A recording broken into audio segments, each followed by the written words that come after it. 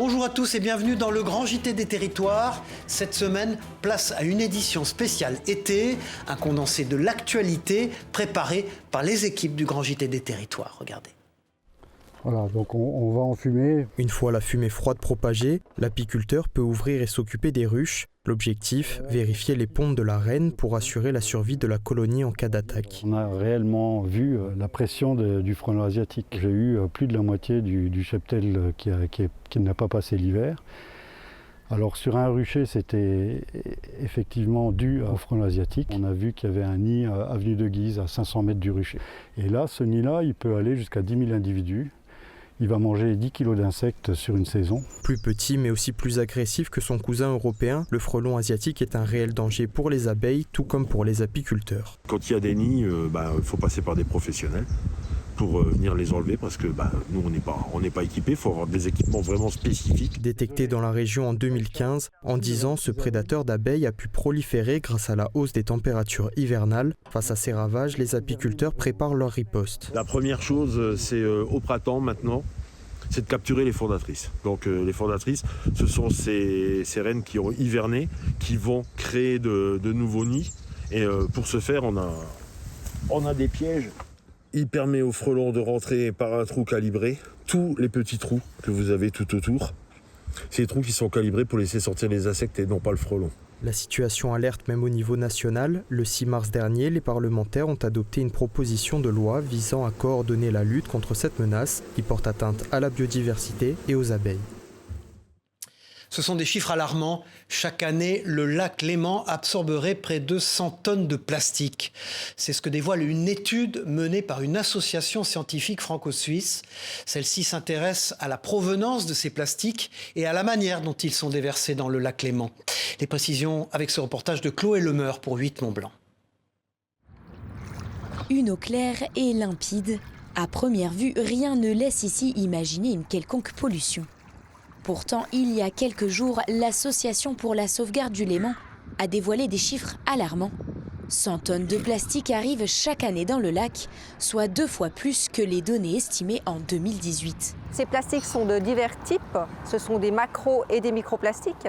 Là, on a une plus grosse proportion de microplastiques en fait. Ces microplastiques sont issus, entre autres, des poussières de pneus. 33 tonnes arrivent dans le Léman par ce biais, mais également des peintures utilisées pour les bâtiments, les mégots, les emballages à usage unique. Mauvaise gestion, contamination volontaire ou non, fuite accidentelle ou encore perte lors de l'utilisation du produit. Cette étude menée par le bureau Earthfaction détaille aussi d'où proviennent ces plastiques. Selon le rapport, 83% d'entre eux se déversent dans le Léman via le ruissellement des eaux sur les sols perméables. Pour l'association, il y a donc urgence à enrayer ce phénomène. En amont, c'est-à-dire par exemple des interdictions de certains types de plastiques ou alors des incitations à changer certaines pratiques, d'améliorer aussi la gestion des déchets, d'améliorer les infrastructures et également une volonté de communiquer, de sensibiliser tant le public mais aussi les autorités. Autant de scénarios exposés dans l'étude qui permettraient de réduire de 75% la présence de plastique dans le Léman d'ici 2040. L'initiative peut surprendre, voir des gardes champêtres en centre-ville reste peu commun. Et pourtant, depuis plusieurs années, la ville de Troyes a fait ce choix pour répondre à des besoins spécifiques en matière de tranquillité publique et de préservation des espaces naturels. Canal 32 a pu rencontrer ces agents et suivre leur quotidien. Regardez ce reportage. Des gardes champêtres en centre-ville, c'est atypique. La ville de Troyes a fait ce choix en 2018. Pour combler une demande de plus en plus forte de la police municipale par rapport à de l'incivilité, et donc le cortège et la gestion des espaces naturels, des charges sauvages et autres étaient certainement peut-être un petit peu délaissés. C'est juste mettre en perspective notre volonté de préserver notre cadre de vie. Aujourd'hui, 3 gardes champêtres non armés assurent des missions de police spécifiques. En lien avec les autres services municipaux, ils peuvent notamment demander l'enlèvement de déchets.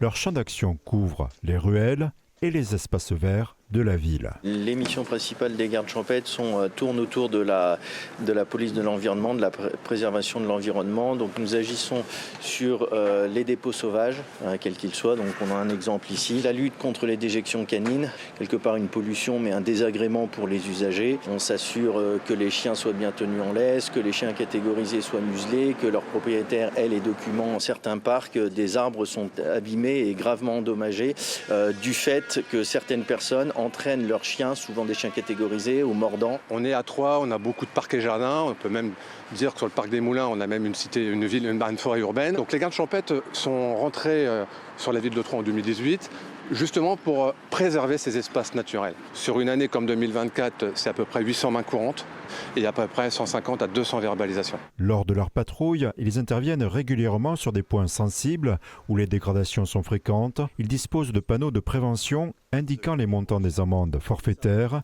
un outil dissuasif. En ce qui concerne l'obligation de tenir son chien en laisse, ou plutôt le fait de ne pas le tenir, est passible d'une contravention qui peut monter jusqu'à 450 €. Ce sont des montants maximum pour les dépôts sauvages de plus grande importance.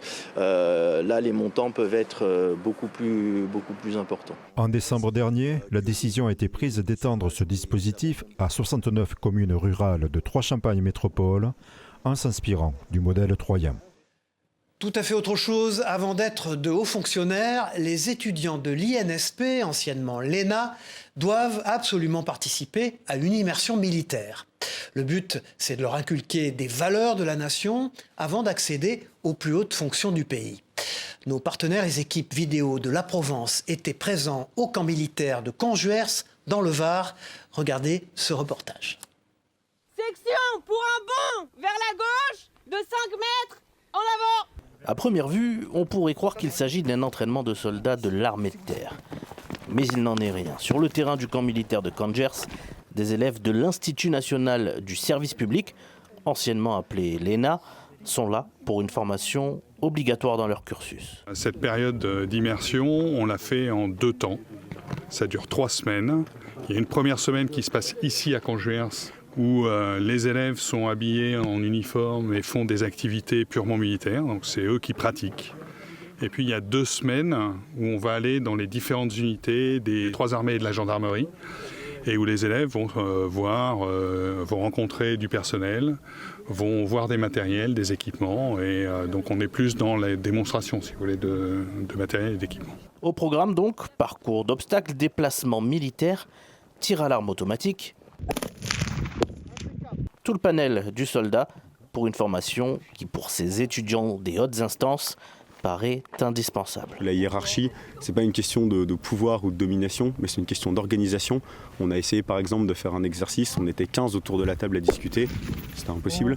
On s'est mis à 2 à 3 en disant ok, telle personne responsable de ceci, telle personne responsable de cela. C'était beaucoup plus clair, c'était beaucoup plus précis. Apprendre et surtout comprendre le fonctionnement de ceux avec qui ils seront amenés à collaborer dans leurs futures fonctions, une nécessité qui s'explique d'autant plus dans le contexte mondial actuel. Avec une conscience écologique de plus en plus présente, le recyclage est devenu un enjeu majeur ces dernières années. Mais alors que devient le papier que nous utilisons chaque jour une fois que nous l'avons déposé dans les bacs de recyclage ? Eh bien, c'est la question que s'est posée TVR à Rennes, qui s'est rendu dans un centre de tri. Regardez ce reportage.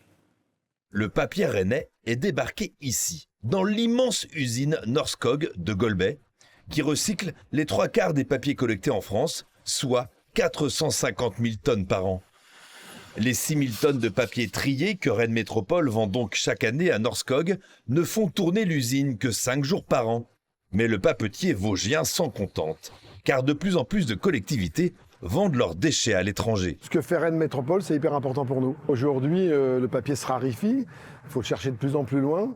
On est le dernier producteur de papier journal en France. C'est en partie grâce aux synergies, à tout ce qu'on met en place, et y compris avec les collectivités. Avant de redevenir bobine, le papier déposé dans les bacs jaunes de Rennes Métropole a été lavé, libéré de ses agrafes, puis de son encre dans des lessiveuses géantes et des kilomètres de tuyauterie. La pâte à papier est ensuite étirée et séchée dans cette gigantesque machine et mise en bobine de 300 kg à 3 tonnes.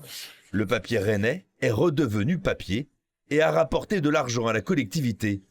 Un revenu variable selon les années et le cours du papier. Ça nous rapporte de mémoire à peu près 600 000 € à l'année de revente matière. Une partie de ces bobines va repartir en Bretagne, vers les imprimeries du groupe Ouest France. C'est super parce qu'au moins la boucle est bouclée. Hein, on a lu son journal, on l'a déposé dans le bac jaune et ça redevient ensuite le journal qu'on lit quelques semaines plus tard. L'éco-pâturage, en avez-vous déjà entendu parler? C'est une pratique écologique de plus en plus en vogue qui consiste à utiliser des animaux pour le fauchage des espaces verts au lieu d'utiliser des objets mécaniques. À Saint-Dizier, en Haute-Marne, vous allez le voir, la ville s'est dotée de 4 moutons pour entretenir ces espaces et les sols de la commune. Notre partenaire Puissance Télévision a rencontré ces nouveaux agents municipaux. Regardez. Allez, venez. Viens ma fille, viens. Des nouveaux employés municipaux, pas tout à fait comme les autres. Viens. 4 moutons ont rejoint les services techniques de la ville de Saint-Dizier. Leur mission, paître et manger pour entretenir les espaces verts. On appelle cela l'éco-pâturage. Il n'y a pas de pétrole, il n'y a pas de personnel, puisque c'est eux qui font tout le boulot. Il suffit juste de les déplacer en fonction des besoins et ça tombe en fait. Et ça évite de faire entrer des engins qui vont tasser les sols. Et puis c'est agréable de voir des petites bêtes dans la ville. Ces 2 brebis et 2 béliers s'occupent de l'extérieur des maisons Napoléon. En fait, ils adorent le lierre qui monte après les murs là. Et après, ils mangent tout. Et puis on va les mettre sur un endroit au Fouille Archéo, où là, logiquement, ils devraient manger en premier la renouille du Japon, qui est une plante invasive. Et c'est hyper utile parce que mécaniquement, on n'y arrive pas en fait. L'éco-pâturage combiné à de l'entretien classique ne présente finalement que peu d'inconvénients. Là où on ne veut pas faire passer de machine par exemple, eux ne pèsent pas et donc ils ne compactent pas le sol. Ça nous permet d'établir un contact avec la population parce que bien sûr ça attire le regard et les gens sont contents de voir des moutons. Un peu de nature en ville, ça étonne toujours un peu et donc c'est aussi l'occasion de nouer des conversations avec les gens. Ce mode de tonte simple et ancestral revient à la mode dans de nombreuses villes et entreprises en France puisque le nombre de projets d'éco-pâturage a été multiplié par 50 entre 2000 et 2020. Par le passé, Chaumont et Vitry-le-François l'ont déjà expérimenté. Depuis 1 an et demi, la marque automobile Alpine a ouvert une concession au Mans. Un choix stratégique pour la marque qui veut surfer sur la proximité avec le circuit des 24 heures du Mans. Est-ce un choix payant? C'est ce qu'a voulu savoir Anthony Piton pour LMTV en Sarthe. Depuis un peu plus d'1 an, Alpine a pris ses quartiers au Mans. Un choix stratégique pour la marque tricolore. Alpine compte bien surfer sur la proximité du circuit et les 24 heures du Mans pour attirer les clients. On peut parler de clients qui viennent du bout de l'Europe pour venir jusqu'au Mans. On a même cette clientèle anglaise que nous connaissons très très bien avec les 24 heures qui s'arrête. Venir nous voir à la concession, c'est très plaisant de pouvoir faire quelques clichés photos avec eux et partager notre passion tous ensemble. Avec son coupé sportif, l'A110, la marque joue sur la fibre nostalgique. Le but, séduire une clientèle en quête de sensations. Comptez au minimum 65 000 € pour une A110. Ici au Mans, le marché répond présent, avec des ventes qui dépassent les objectifs fixés par la marque. Une centaine par an.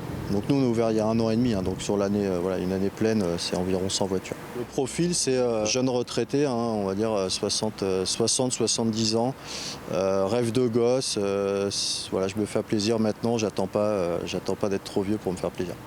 Un pari gagnant, et Alpine mise sur son héritage et le prestige du Mans pour accélérer encore. Récemment distingué lors du concours général agricole, la fourme d'Ambert est un fromage emblématique de la Loire au savoir-faire traditionnel. Mais derrière cette victoire se cache aussi une rivalité avec un autre fromage de la région, la fourme de Montbrison. 2 spécialités, 2 histoires et un même héritage, vous allez le voir. Reportage de TL7 dans la Loire, Alexandre Couzet. 2 appellations à l'histoire commune. Si aujourd'hui les 2 formes sont bien distinctes, les sœurs Ambert et Montbrison ont autrefois fait qu'une. Un passé commun remontant au Moyen-Âge, les appellations d'origine contrôlée partagent notamment leur territoire entre Puy-de-Dôme et Loire. Conséquence, c'est une fromagerie ligérienne qui a obtenu la médaille d'or au concours général agricole pour la fourme d'Ambert. En 1972, donc, il y a eu la création de la première AOC qui regroupait les 2 fourmes, fourme d'Ambert ou fourme de Montbrison. Depuis 2002, en fait, il y a maintenant deux AOP, l'AOP fourme de Montbrison, l'AOP fourme d'Ambert. Cette fromagerie produit les 2 fourmes avec 2 cahiers des charges bien distincts. Ces deux fromages, bien que voisins, incarnent des sensibilités gustatives différentes. La forme d'Ambert, douce et crémeuse, et la forme de Montbrison, plus robuste et fruitée, sont deux facettes d'un même héritage. Avec une croûte sèche orangée sur la fourme de Montbrison et une croûte fleurie sur la fourme d'Ambert. On va dire que la fourme d'Ambert, c'est un bleu plus classique, avec des ouvertures importantes et une dose de pénicillium, donc avec des trous d'aération plus importants. Contrairement à la fourme de Montbrison, où c'est un caillé qui est broyé, salé dans la masse. Et en fait, le persillage se fait par un veinage très fin à l'intérieur de la fourme. Au niveau national, c'est la forme d'Ambert qui régale le plus de papilles, puisque 5000 tonnes sont produites chaque année, contre seulement 600 tonnes de forme de Montbrison. À travers ces deux produits d'exception, c'est tout un patrimoine qui se déguste, une histoire qui se savoure, ici, au cœur de la Loire. C'est la tendance culinaire du moment, les pâtisseries en trompe-l'œil. Ce sont des gâteaux trop beaux pour être vrais. Regardez l'histoire de Noémie, qui est une jeune pâtissière qui a découvert cette discipline en début d'année. Et en seulement quelques mois, sa boutique est devenue un véritable succès près de Rennes. TVR a donc décidé de lui rendre visite pour découvrir son secret. Regardez. À Montauban de Bretagne, tous les samedis, c'est la même rengaine. Alors là, on est venu chercher les trompe-l'œil. Ça me donne trop envie de croquer moi aussi, quoi. Ouais. On a fait 40 minutes de route pour venir goûter les gâteaux. Ouais. Dans cette commune de 6500 âmes, des dizaines de curieux s'amassent devant cette boutique. Je vous écoute. Cacahuètes, framboises, citron, coco, Noémie propose ce qu'on appelle des pâtisseries en trompe-l'œil. C'est seulement en mars dernier qu'elle découvre la discipline. 3 mois après, elle propose désormais 15 saveurs. Il est presque fini.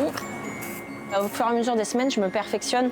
La semaine dernière, j'ai pu trouver quelque chose qui n'allait pas sur un trompe-l'œil. Et cette semaine, j'ai changé la technique. Je vois sur les petits pop-corn, j'ai passé une semaine à savoir comment le faire, quelle couleur. Il faudrait combien de pâtisseries en tout ? Je pense... Une grosse boîte. Visiblement, difficile de faire un choix devant toutes ces pièces appétissantes. Samedi dernier, les 2000 pâtisseries confectionnées ont trouvé preneur en quelques heures seulement. Tu vois, ça paraît réel, hein ? Oh là là ! Car avec plus de 200 000 abonnés cumulés sur les réseaux sociaux, le travail de la pâtissière est reconnu bien au-delà de Montauban. Regardez-moi ce trompe-l'œil de qualité. En mars dernier, elle poste 7 vidéos et la machine s'emballe. Depuis, certaines personnes font plusieurs heures de route pour se rendre dans sa boutique. On m'a dit tu devrais essayer de faire des TikTok culinaires, tu vas voir, ça perce. Et en fait, j'en ai fait un et le premier a dû faire 100 000 vues. Et quand on a tiré le rideau, on était tous les trois, on était en train de trembler, on s'est dit on va jamais en avoir assez pour tout le monde. Niveau prix, comptez entre 6 et 7 € la pièce. Les trompe-l'œil de Noémie sont à la vente seulement le samedi dans sa boutique ND Pâtisserie à Montauban de Bretagne. Connaissez-vous le Molki ? En France, environ 1 million de personnes jouent à ce jeu. Devenu un véritable phénomène national où la pratique allie loisirs et tactique. Des championnats de France ont même été organisés réunissant près de 150 participants en Moselle. Reportage de notre partenaire Moselle TV. La 10 au milieu et après c'est les impairs d'un côté et les paires de l'autre. Donc 3 impairs, 4 paires. Au milieu on met 11-12 parce qu'on essaie de mettre les plus grosses au milieu et derrière c'est juste 7, 9, 8. Au Molki, le but c'est toujours le même, faire 50 points, mais il y a tellement de manières différentes de le faire. On peut faire 10 parties et gagner de 10 manières différentes. Près de 160 participants venus de toute la France cherchent à obtenir le titre de Florentin. Mais oui monsieur. Un autre point les réunit, celui d'être passionné par ce sport d'origine finlandaise. J'aime bien ce sport parce que c'est assez stratégique, chaque partie est différente. Ce que j'adore, c'est le côté stratégique, parce que du coup, il y a à la fois le côté précision, etc. Je suis beaucoup jeu de société et du coup, je retrouve là à la fois l'adresse avec la stratégie. Et la convivialité. On se connaît quasi tous, on se retrouve à différents endroits de la France et franchement, c'est top. Oh non, pas celle-là! Cette année, Florange a la chance d'accueillir ce championnat de France de Molki individuel et triplette. C'est notamment grâce aux nombreux terrains proposés sur ce boulodrome flambant neuf.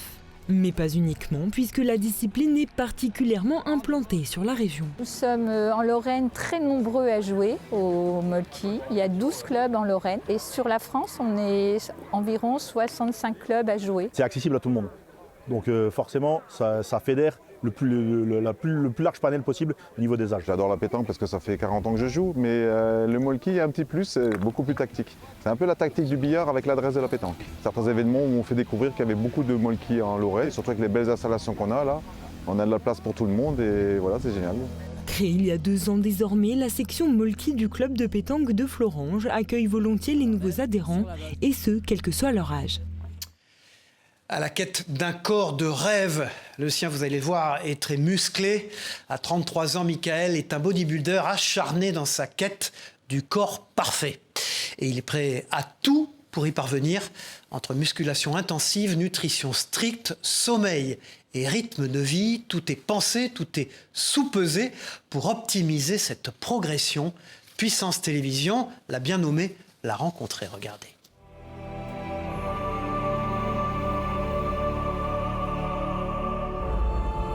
À chaque fois que je monte sur scène, j'ai l'impression de réaliser un rêve de gosse. Depuis que je suis gamin, que je veux monter sur scène, me confronter aux autres et avoir des résultats. Et c'est ce qui se passe en ce moment. J'espère que ça va durer. C'est une adrénaline. Je suis heureux comme tout. C'est génial. Michael n'est pas en train de se contempler, mais bien en train de travailler son posing. Comprenez, l'art qu'ont les bodybuilders de contracter simultanément et le plus possible leurs muscles. On monte sur scène, on reste l'équivalent de quoi, 10-15 minutes. Et c'est le fruit des mois et des années de travail qui ont précédé, des sacrifices. Donc pour avoir le plus beau corps du monde, si on ne sait pas poser et se mettre en valeur, ça sert à rien. Mais avant d'en arriver à ce corps, il a fallu travailler.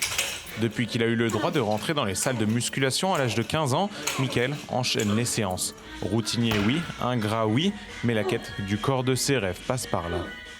Je sais qu'en faisant les séances les plus intenses possibles, j'aurai les meilleurs résultats à la fin. Pour la compétition, alors je donne tout. Aujourd'hui, son corps est devenu une addiction, une obsession même. C'est comme une sculpture en fait. On commence à la sculpter, on commence à avoir de la définition. Et puis on voit que ce serait mieux de rajouter un peu de masse, un peu de matière par ici, d'en enlever par là. Et au début, c'est du général et plus on avance dans le temps, plus on travaille le détail. À côté de ses entraînements, absolument tout est pensé pour optimiser sa progression. Récupération, sommeil, rythme de vie et bien sûr la nutrition. À quelques jours de ses tout premiers championnats du monde, l'heure est à la diète, au sens très strict du terme. Dans les assiettes, on est bien loin d'un banquet à volonté. On va être sur un total journalier de 1600 calories, parce qu'on est à 2 semaines du coup de la compète. En temps normal, il mangerait quasiment autant de protéines, mais beaucoup plus de glucides et beaucoup plus de lipides aussi. Si la diète n'est pas adaptée, on fait tout ça pour rien. Donc vraiment la diète, c'est le plus important. Comme à la salle, aucun écart n'est toléré, des restrictions de vie quasiment masochistes. Ce qui me plaît vraiment dans le quotidien, rien. Au niveau diète, c'est horrible. J'ai faim tout le temps, dès que je mange, je me dis bah tiens, maintenant j'ai plus qu'à attendre 3 heures pour remanger un peu. Tout cet investissement et ces restrictions seront peut-être la clé pour remporter ses prochaines compétitions et pourquoi pas se rapprocher un jour du physique de Mike Menzer, son idole de toujours. Avec le ventre rentré, regarde les poses un peu. Magnifique. Dans une région prisée des touristes, la mobilité douce prend le large. Depuis l'été 2023, un bateau navette traverse la Dordogne pour relier Mozac et Grand Castan à Calais. Une solution pratique et gratuite pour les riverains et les visiteurs qui soutient le développement des transports verts dans un territoire touristique de premier choix. Un reportage de nos équipes de Territoires Audacieux, regardez. Cela faisait plus de 100 ans qu'elles étaient séparées par la Dordogne. Les communes de Mozac et Grand Castan et de Calais sont à nouveau reliées grâce à ce bateau-navette qui sillonne la rivière depuis 2023. Ça va ? Ça va fonctionner. C'est un endroit où on ne venait pas parce qu'on ne pouvait plus circuler. Et là, c'est un endroit où l'on vient parce qu'on peut continuer son chemin. On peut s'arrêter au restaurant au Bella Ciao. On peut profiter des quais. On peut profiter des différentes marches, des itinéraires de randonnée. On peut aller voir les communes aux alentours. Donc vraiment, ça devient une étape et non pas un endroit où on ne sait plus où aller. La traversée est gratuite tout l'été et peut embarquer 9 passagers à la fois. Un véritable outil d'attractivité pour les touristes qui peuvent également y emmener leur vélo sur certaines tranches horaires. Pour les riverains tels que Véronique, la navette agit comme un simplificateur de trajet. Alors moi, ça me permet d'aller chez mes amis qui habitent juste en face de la rive et ça m'évite de faire 10, 20, 40 km. Ce bac et ses 200 mètres de traversée sur la rivière Dordogne constituent également une attraction touristique à part entière. Pour financer cet ouvrage issu de l'époque napoléonienne, ainsi que la cale d'amarrage et le pilote salarié, la communauté de communes des Bastides Dordogne-Périgord, l'État, le département de Dordogne ainsi que la région Nouvelle-Aquitaine ont été rejoints par EDF. La berge a été aménagée de ce côté-là pour donner un accès à la Dordogne, une cale à bateau. L'aménagement est maintenant terminé, la partie est végétalisée, il y a un arbre qui a été planté, et là, ici, la ripisylve, la végétation de bord de l'eau, est maintenant florissante. Et puis c'est l'histoire insolite de cette édition. Passionné par les trains, Guy s'est offert une gare ferroviaire pour sa retraite. Installé à Ricles dans le Gers, il a réhabilité cette gare désaffectée pour y habiter avec sa femme. À l'intérieur, on peut y trouver des objets de collection accumulés tout au long de sa vie, tels que des fauteuils de TGV ou des panneaux d'affichage. Sa maison est un véritable musée. Un reportage de Salomé Dubar chez notre partenaire de la Dépêche du Midi. Alors nous avons acheté cette gare en 2014 et nous avons vécu dedans à partir de 2015 parce que j'étais encore en activité à Paris. L'acquisition de cette gare est venue par rapport à ma passion des trains électriques, donc j'ai toujours joué aux trains électriques pendant toute ma vie, de l'âge de 10 ans je crois, jusqu'à aujourd'hui, et effectivement en allant sur des salons de modélisme acheter mes locomotives, mes voitures voyageurs. Donc j'ai stocké ça pendant 40-45 ans dans mon garage où j'habitais à Paris. Malheureusement, je ne pouvais plus rentrer mes véhicules. Donc quand est arrivé l'âge de la retraite, j'ai dit à mon épouse, il est absolument et impératif obligatoire pour exposer toutes ces pièces d'acheter une vieille gare parce que dans un appartement ou dans un pavillon, ça n'aura pas lieu d'être. Voilà, c'est la fin de cette édition du Grand JT des Territoires. J'ai été ravi de vous accompagner. Merci à tous de nous avoir suivis. On se retrouve très vite pour une nouvelle édition.